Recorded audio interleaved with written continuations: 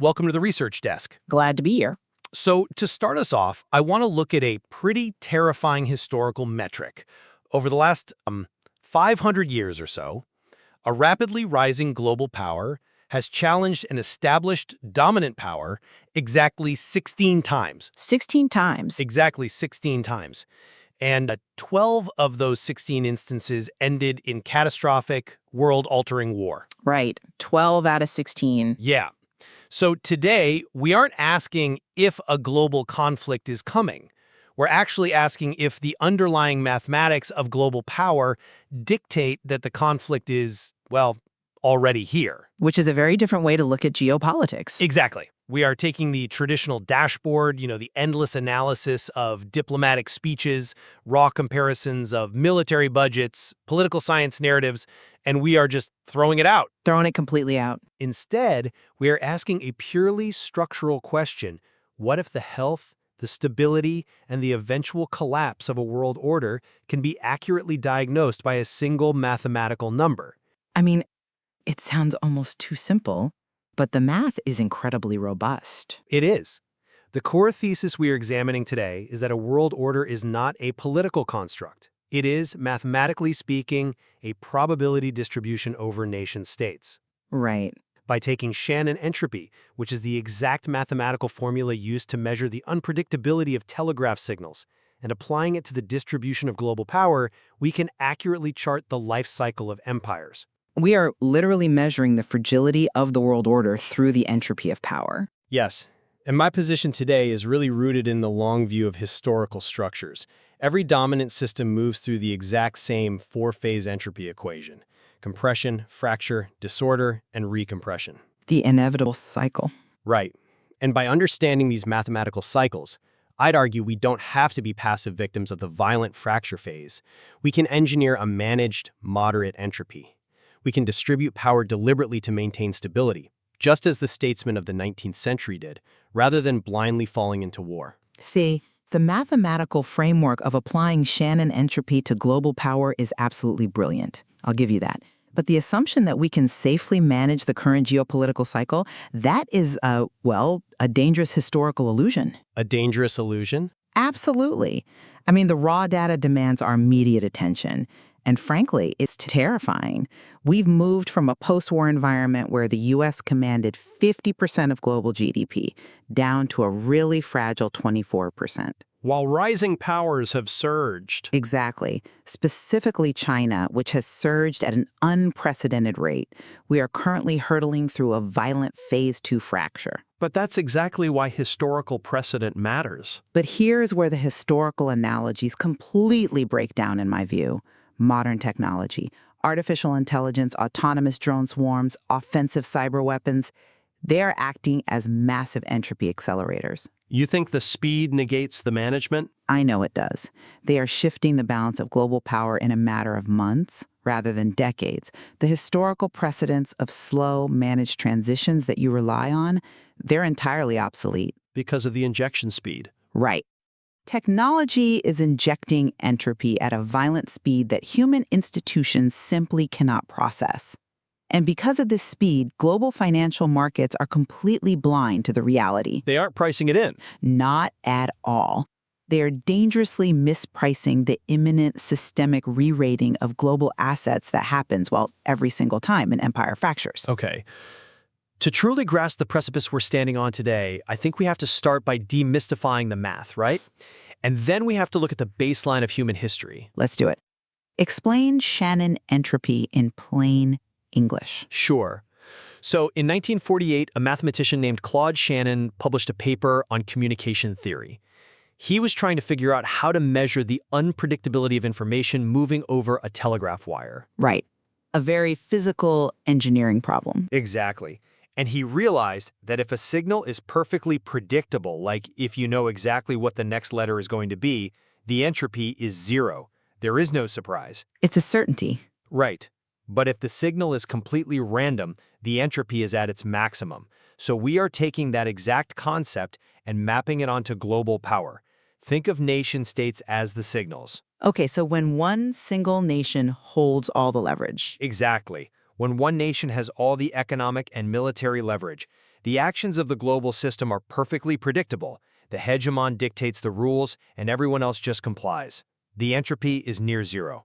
Which you call phase one, compression. Yes, phase one, compression. And what is the strongest argument for an imperial monoculture? Well, peace, obviously. Peace. The supreme historical example of this is the Pax Romana, stretching from 27 BC to 180 AD. Under Augustus. Under Augustus and the Antonines, the Roman Empire achieved the lowest power entropy in the ancient world. And it wasn't just that they had the biggest army. It was structural. It was the structural compression of the entire known world into a single, highly predictable system. They established one supreme emperor, one universally enforced legal framework, and one standardized currency in the silver denarius. They essentially turned the Mediterranean into a Roman lake. Exactly. They built an integrated network of roads spanning a 10,000-mile border. Because the system was so compressed, trade flourished with absolute predictability. Cities expanded. Piracy was eradicated. Life expectancy rose. Right. Historians routinely refer to this as a golden age. But from an information theory perspective, this is the geopolitical equivalent of a highly optimized biological monoculture. And that right there is exactly where the illusion begins.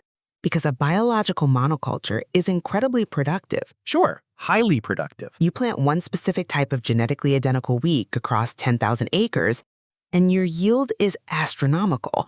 But that monoculture completely lacks an immune system. Right. There's no variance. Exactly. Because every plant is identical, they share the exact same vulnerabilities. A monoculture is always one single novel pathogen away from total collapse. And you're saying the Pax Romana was the exact same thing? It was. The peace was a direct product of the compression, but that compression inherently bred massive, unseen fragility. Because everything routed back to Rome. Right. Because power was entirely centralized in Rome. There was no institutional mechanism for processing dissenting information.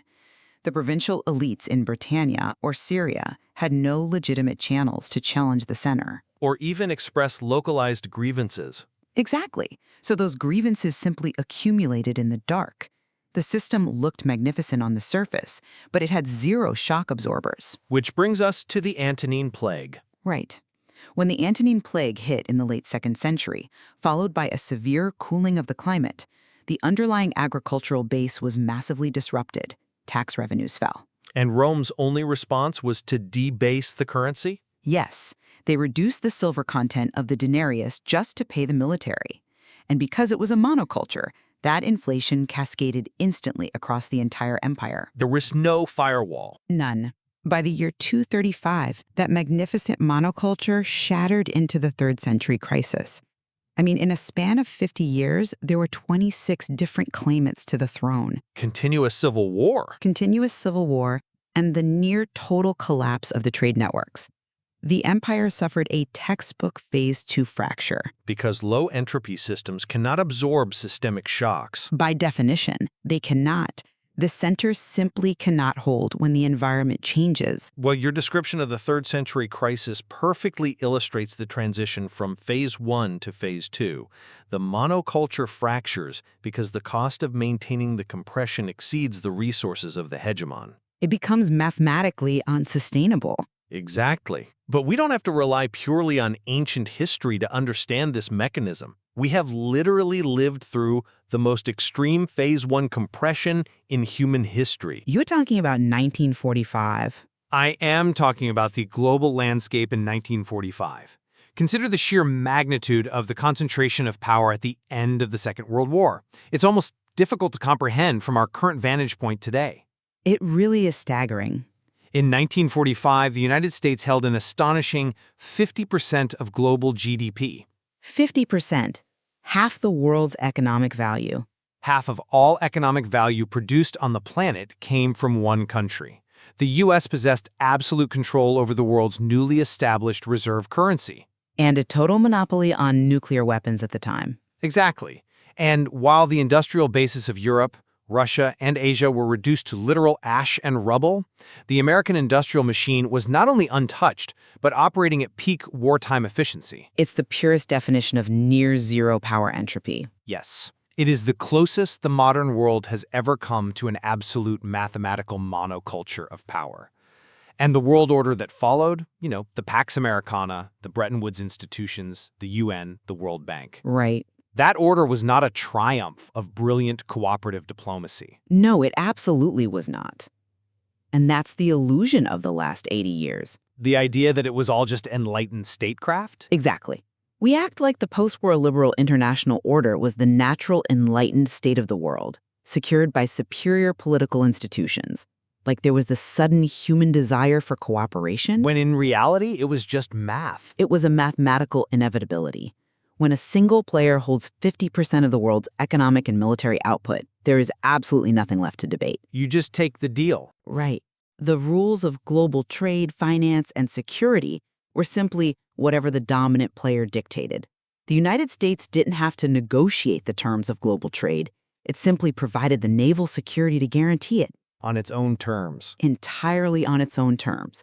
The cost to any other nation of resisting the American hegemon vastly outweighed the cost of compliance. I mean, if you wanted access to capital to rebuild your bombed-out cities, you used the dollar. You used the dollar. If you wanted protection from the Soviet bloc, you joined NATO. The predictability of the signal was absolute. The entropy was zero. But just like the Pax Romana. Just like Rome, that extreme compression of power was temporary.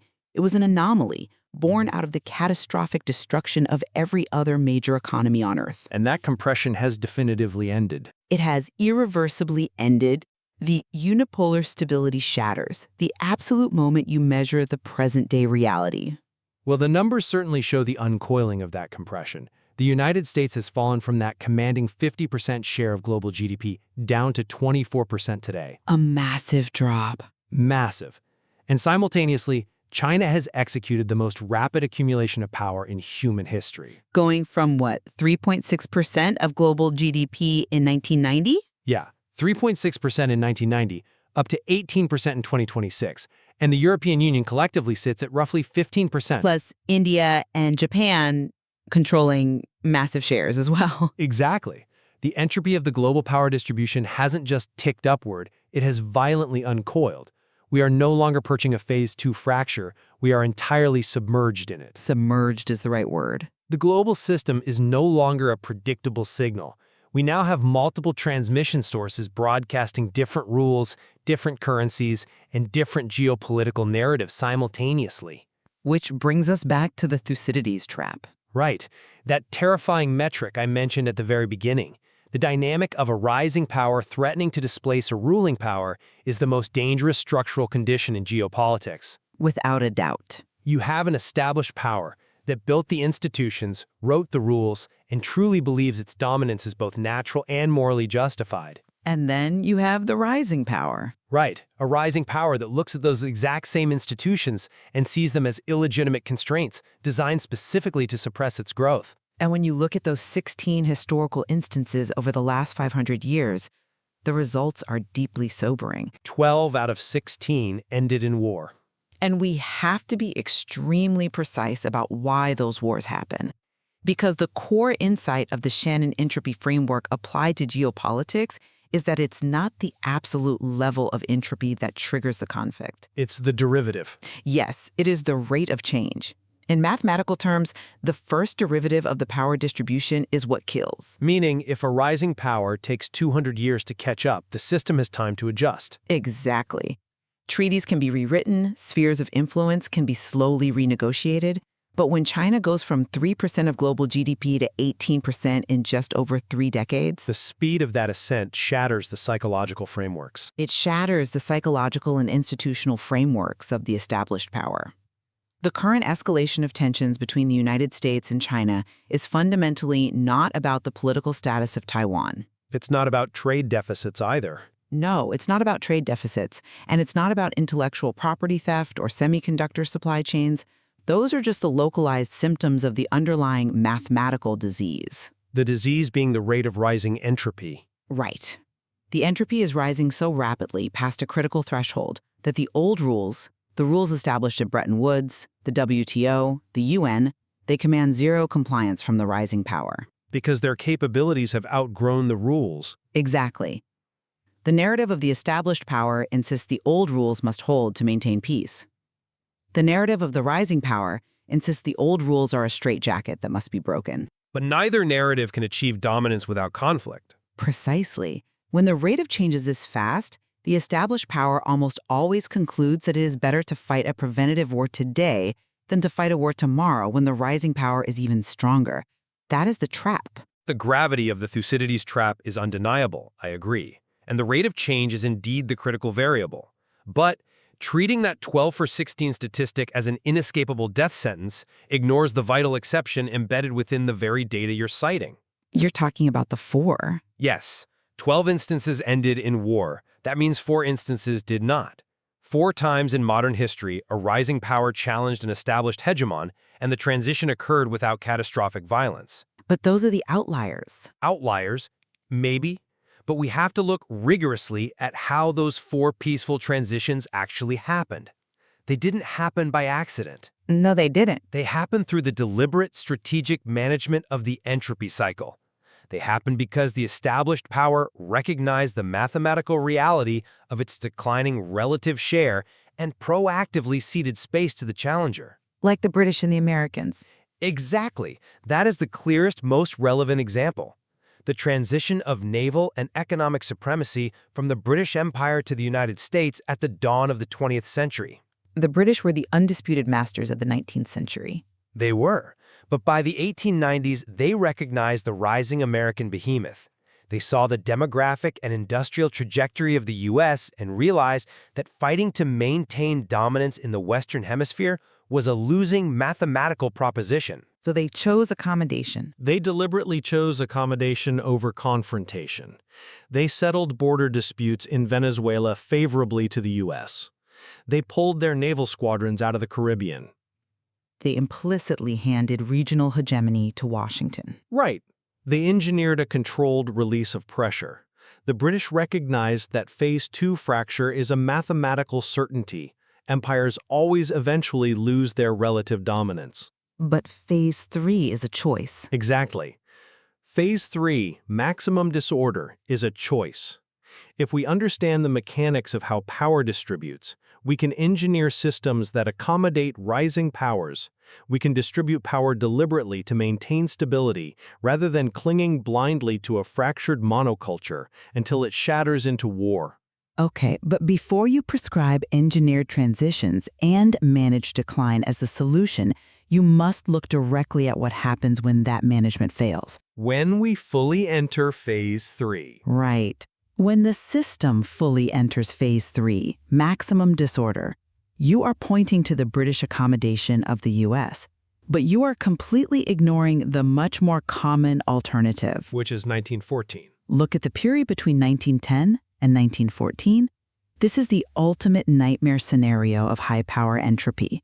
Europe was dominated by 5 great powers: Britain, France, Germany, Russia, and Austria-Hungary. All with roughly comparable shares of military and industrial capacity. Exactly. The entropy of the power distribution was at its absolute mathematical maximum. The signal was entirely unpredictable. No single power was strong enough to dominate the others and enforce rules. But equally, no power was weak enough to be easily subjugated. Right. Every single nation had a competing narrative of its own exceptionalism, its own historical destiny, and its own non-negotiable security requirements. And what did this perfectly balanced system produce? A single, isolated assassination of an archduke in Sarajevo, a minor city that most citizens of those empires could not locate on a map. And it triggered the most destructive mobilization of violence in human history up to that point. But why? Why did such a trivial trigger ignite a global inferno? Because in a state of maximum entropy. Because when power is equally distributed, every single disagreement is existential. There is no supreme referee to enforce a settlement. There is no dominant hegemon to absorb the shock of a localized crisis. There are only competing narratives armed to the teeth. Exactly. Bound together by rigid alliance structures where any concession whatsoever is viewed as a fatal weakness. A locked system. When the entropy peaks, the structural integrity of the entire world order is entirely dependent on the flawless judgment of every single actor simultaneously. That is an impossible standard for human institutions. Someone will always miscalculate, and when they do, the inevitable result is total system failure. The disaster of 1914 was indeed the result of an unmanaged, rigidly locked maximum entropy system. The alliance networks had basically become automatic doomsday machines. That's a great way to put it. But, you cannot discuss 1914 without acknowledging what preceded it. The 19th century. Yes. That era of destruction was preceded by the greatest historical masterclass in survival and managed entropy ever recorded. I am talking about the Concert of Europe. Starting in 1815? Exactly, which lasted from 1815 right up until those final cascading failures before 1914. Post-Napoleon. Right. After the sheer devastation of the Napoleonic Wars, the architects of the Congress of Vienna, statesmen like Metternich of Austria and Castlereagh of Britain, sat down and looked at a ruined continent. And they didn't try to build a monoculture. They did not attempt to recreate a Roman or American-style monoculture. They knew that mathematically no single state had the power to compress the system like that. Instead, they deliberately constructed a multipolar system. The 5 great powers. Yes, explicitly recognizing 5 great powers: Britain, France, Austria, Prussia, and Russia. And they painstakingly arranged the geopolitical architecture so that no single power could ever dominate the continent.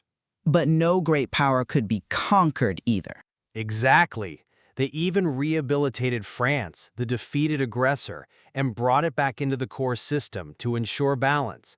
They engineered what we can mathematically define as managed moderate entropy. A middle ground. A middle ground. The entropy was not compressed into a single hegemon, which we know breeds unseen fragility, nor was it allowed to run rampant into the maximum disorder you just described. And it worked for 99 years. 99 years of managed stability. It was the longest period without a general European war since the fall of the Roman Empire. This proves, definitively, that a multipolar world does not have to mean World War III. You think it acts like an immune system? It can act like a highly adaptive biological immune system. It has multiple antibodies, no single point of failure, and incredible resilience. But immune systems produce inflammation. Yes, they produce inflammation in the form of localized conflicts. There were wars during this period, the Crimean War, the Franco-Prussian War, but they were localized, they were contained. If the diplomats manage it. Right. If the diplomats actively manage the inflammation, the system does not collapse into autoimmune failure. We can replicate the Concert of Europe today. We can build a managed moderate entropy system with the US, China, the EU, and India explicitly balancing their spheres of influence. See, I fundamentally reject the Concert of Europe as a valid blueprint for the 21st century. Why? The math holds up. Because you are entirely ignoring the underlying substrate of power. In 1815, power was purely physical. Meaning land and navies? Yes, it consisted of arable land for growing food, standing armies of men who marched on foot, naval shipyards that required massive timber reserves, and later coal-fired factories pouring out steel. Right, which takes time to build. Exactly. Physical power is inherently difficult to acquire, massively expensive to scale, and incredibly slow to redistribute. It took the German Empire 40 years of relentless society-wide industrialization from 1870 to 1910 just to build a high-seas fleet capable of mildly challenging British maritime supremacy. So the physical constraints created a speed limit. That's it, exactly. The Concert of Europe worked because the physical limitations of the era enforced a strict speed limit on how fast entropy could be injected into the system.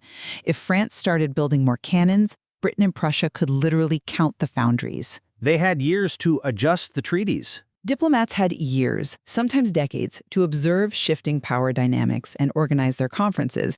That speed limit no longer exists. Because of technology. We have introduced the ultimate wildcard into the entropy equation, modern technology. Advancements like artificial intelligence, offensive cyber capabilities, autonomous drone warfare, commercialized space assets. These are the new substrate of global power, and they diffuse instantly. You don't need 40 years to build an AI. You need a weekend to download an open-source AI model. Look at the reality on the ground in Ukraine right now. Ukraine, a vastly outmatched power on paper against the Russian military machine, used rapidly innovated, off-the-shelf commercial drone technology. To systematically wipe out advanced Russian armor. Billions of dollars of mechanized armor in a matter of months. They effectively neutralized a superpower's traditional physical military advantage overnight using digital adaptation. Bypassing the industrial constraints entirely. Technology is injecting entropy into the global system faster than in any prior era in human history. You cannot manage moderate entropy when a breakthrough in AI or a sophisticated cyber weapon can fundamentally alter the balance of power between Tuesday and Friday. Okay, I hear the alarm in your voice regarding the speed of technological change. But I think we must rigorously interrogate that assumption. Interrogate the speed? Does technology fundamentally alter the biological and mathematical life cycle of entropy, or does it merely compress the timeline of the phase 2 fracture? I'd argue compression of that magnitude is a fundamental alteration. But look at the substrate shift. The substrate of power has undoubtedly changed from coal and steel to silicon and algorithms, but the fundamental logic of deterrence is not. You're going to bring up nuclear weapons, aren't you? I am. When nuclear weapons were introduced in 1945, they represented the most terrifying technological wildcard imaginable to the military strategists of the time. Right. They compressed the destructive power of a massive conventional army, which used to take months to mobilize and deploy by ship, into a single warhead that could cross the globe and incinerate a capital city in 30 minutes. A massive leap in speed and destructive capability. By your logic, that unprecedented speed should have instantly shattered the international system into maximum disorder, yet it didn't. Because of mutually assured destruction. Right. The framework of mutually assured destruction successfully scaled to contain that technology. The system adapted to the speed. But AI isn't a nuke. It's decentralized. True, but if we acknowledge that AI, drone swarms, and cyber capabilities are simply the new, faster vectors of power distribution, couldn't the framework of deterrence scale to meet them as well? We are already seeing the beginnings of cyber deterrence protocols being negotiated. Negotiations that take years. Even if the velocity of the entropy injection is an order of magnitude higher than in 1815, the fundamental structural requirement remains the same. Established powers must recognize the new distribution of capabilities and negotiate a new consensus. But can they do it fast enough? The speed of the transition does not negate the possibility of a managed outcome. It simply means our institutions need to operate with far greater agility. That's a massive if. If a phase 2 fracture historically took 50 years to resolve, and modern technology compresses that window to 5 years, the mathematical objective remains identical. Reaching phase 4 recompression without a catastrophic phase 3 war remains entirely viable. I disagree. The speed is not just a secondary variable. The speed is the specific mechanism of destruction. You cannot manage what you cannot measure in time. You don't think institutions can adapt? Human institutions, treaties, defensive alliances, global financial regulations, they are inherently slow, consensus-based mechanisms. They are designed by human beings who require time to deliberate, assess risk, and persuade domestic constituencies. They aren't built for non-linear shifts. Process violent, non-linear shifts in the distribution of power. When the transition timeline compresses from 50 years to 5 years, institutional management does not just struggle to keep up, it outright fails. The connective tissue snaps. It snaps. And the most immediate, devastating consequence of this failure will not be felt on a traditional battlefield first.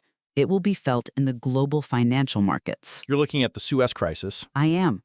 To understand the sheer violence of a rapid entropy adjustment on the world's economic architecture, we must examine the 1956 Suez crisis. The moment the British Empire's fracture became visible. Glaringly, painfully visible to the global financial markets in real time.